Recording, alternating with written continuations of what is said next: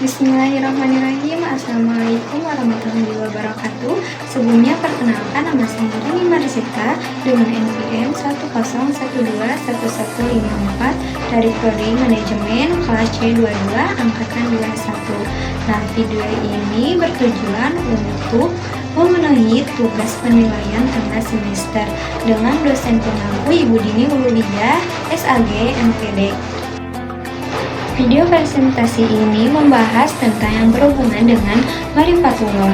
Nah, Marifatullah ini adalah proses kita mengenal Allah Subhanahu wa Ta'ala. Nah, apa saja sih proses mengenal Allah Subhanahu wa Ta'ala atau yang disebut dengan Marifatullah?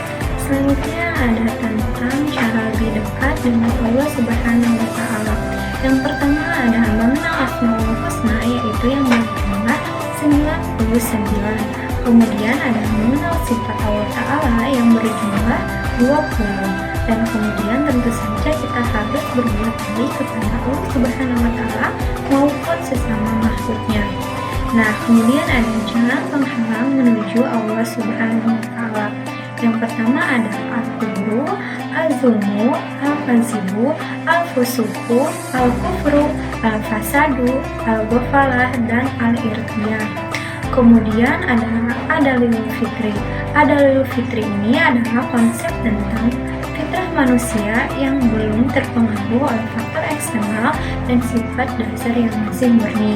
Eksistensi Allah ditunjukkan oleh beberapa dalil, seperti adanya bukti-bukti keberadaan Allah yang dapat dilihat, dirasai, atau disentuh oleh indera manusia, seperti mukjizat para nabi dan rasul yang telah disaksikan oleh manusia, dan bukti rasional atau akal yang digunakan untuk merenungkan keadaan diri manusia dan alam semesta.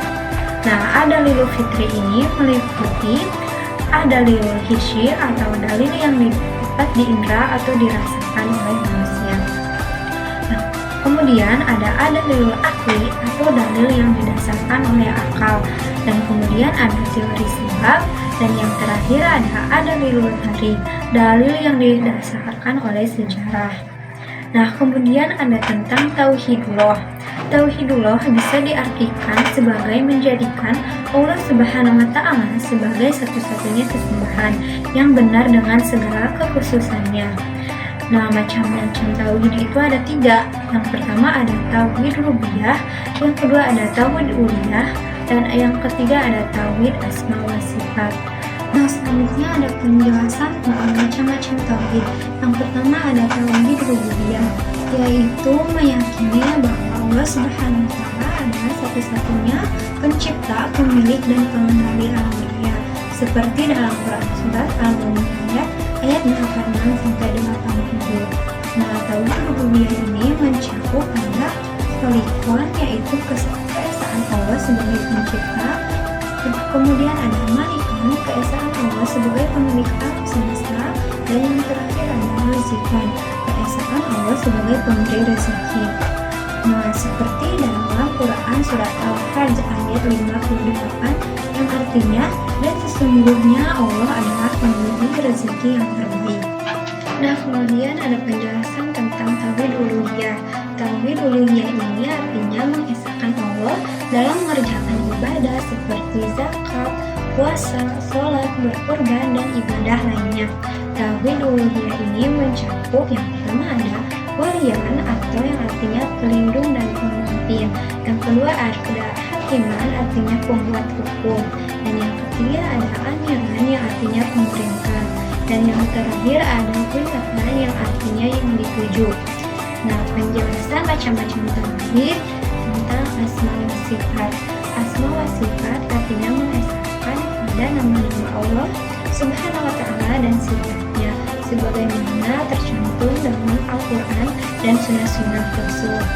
Nah, tauhid uluhiyah ini mencakup zat, kemampuan, nama-nama, dan sifat-sifat Allah. Nah, tauhidullah ini terangkum dalam kalimat La ilaha illallah.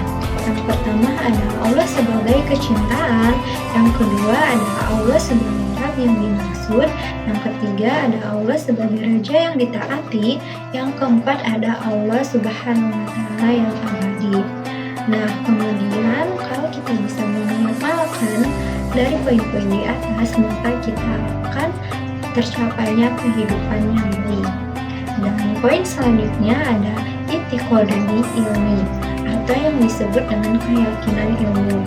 Nah, i'tiqadul ilmi ini mencakup la khaliqa illallah, yang artinya menyembah hanya diperuntukkan kepada Allah Subhanahu wa taala. Yang kedua ada la raziqa illallah, tiada pemberi rezeki selain Allah Subhanahu wa taala. Yang ketiga ada la malika illallah, tidak ada pemilik selain Allah Subhanahu wa taala. Yang keempat adalah hakimah illallah, tidak ada pembuat hukum ketetapan kecuali Allah. Dan yang kelima ada la amira illallah, tidak ada pemberi perintah kecuali Allah Subhanahu wa taala. Yang keenam ada la waliya illallah, tidak ada pemimpin atau pelindung kecuali Allah Subhanahu wa taala.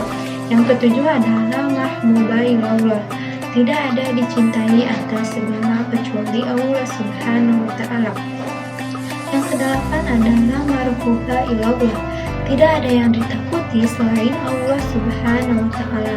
Dan yang kesembilan adalah la nafi'a wa la dharma illallah, tidak ada pemberi manfaat dan mudarat kecuali Allah Subhanahu wa taala. Yang ke-10 ada la mujiba illallah, tidak ada yang mengabulkan doa kecuali Allah Subhanahu wa taala. Yang ke-11 ada la mustajara bihi illallah, tidak ada pelindung kecuali Allah. Yang ke-12 ada la wakila illallah, tidak ada tempat bertawakal kecuali Allah Subhanahu wa taala. Yang terakhir ada la musta'ana bihi illallah, tidak ada tempat memohon pertolongan kecuali kepada Allah Subhanahu wa taala. Nah, cukup sekian penjelasan tentang ma'rifatullah dan hal-hal yang berhubungan dengan ma'rifatullah. Semoga bermanfaat bagi kita semua. Dan mohon maaf bila ada salah pengucapan dari saya, dan saya ucapkan terima kasih. Wabillahi wa taufiq wal hidayah. Wassalamualaikum warahmatullahi wabarakatuh.